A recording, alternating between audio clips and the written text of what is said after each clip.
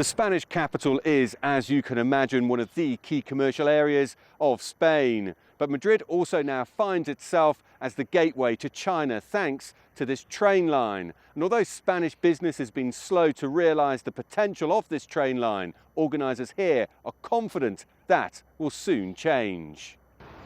The end of a 10,000-kilometre line. This railway yard in Madrid is the end point for the world's longest rail route that begins in Yiwu in China. After travelling through 6 other countries, the container trains arrive into the Spanish capital, Madrid.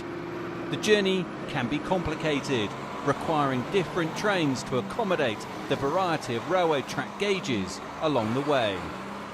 Until the end of September this year, the train has been running for more than 80 times between Yiwu and Madrid. A train like this it takes great effort to overcome a great amount of difficulties existing either in logistics itself or in the coordination level. The service is a fifth of the cost of sending goods by air and is significantly quicker than the sea option.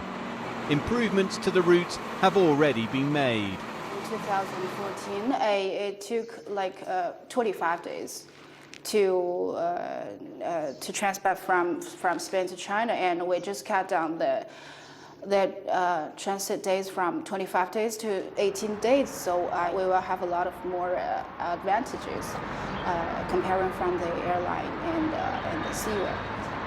Despite the logistical complications, significant progress has been made in establishing this rail route between China and Spain. But organisers are already eyeing further expansion as they look to promote this service amongst Spanish companies. One of the issues has been the relative lack of usage by Spanish companies. But Spanish authorities are now actively promoting the service and the benefits. Well, we hope that the Spanish companies will be more aware about the opportunities that this railway line offers for their business in China. Because, you know, when this line started, like 2 years ago, the kind of service that they offered at that time was not as good as the kind of service they're offering right now. One Spanish company that has used the service is Hermanos Rubius Wines. They are urging other exporters to follow their lead.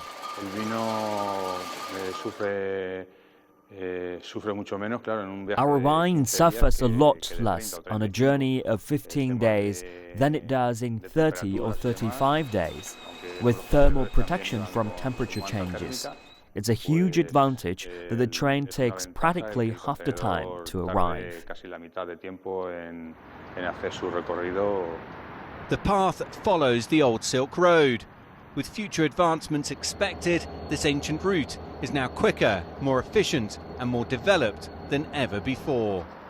Well, this initiative may have had a low-key beginning, but it now connects some of the key commercial and financial areas of Europe now to China, the likes of Warsaw, Hamburg, Lyon and also Madrid, as well as the rest of Europe within that as well. And there's no doubt the potential of this service amongst those companies dealing with high-end products that need to be on the shelves quickly, such as electronics, fashion, as well as high-end agricultural products, as well as wines as well. So for those companies, this service, there's no doubting the importance, the potential importance of this train service indeed. But added to that, especially here in Spain, which has suffered for many years against back-to-back recessions, deeply troubling economic times between 2007 and 2012, then of course this also offers Spanish companies the chance to diversify outside of Spain, outside of Europe and into China, of course. So a number of companies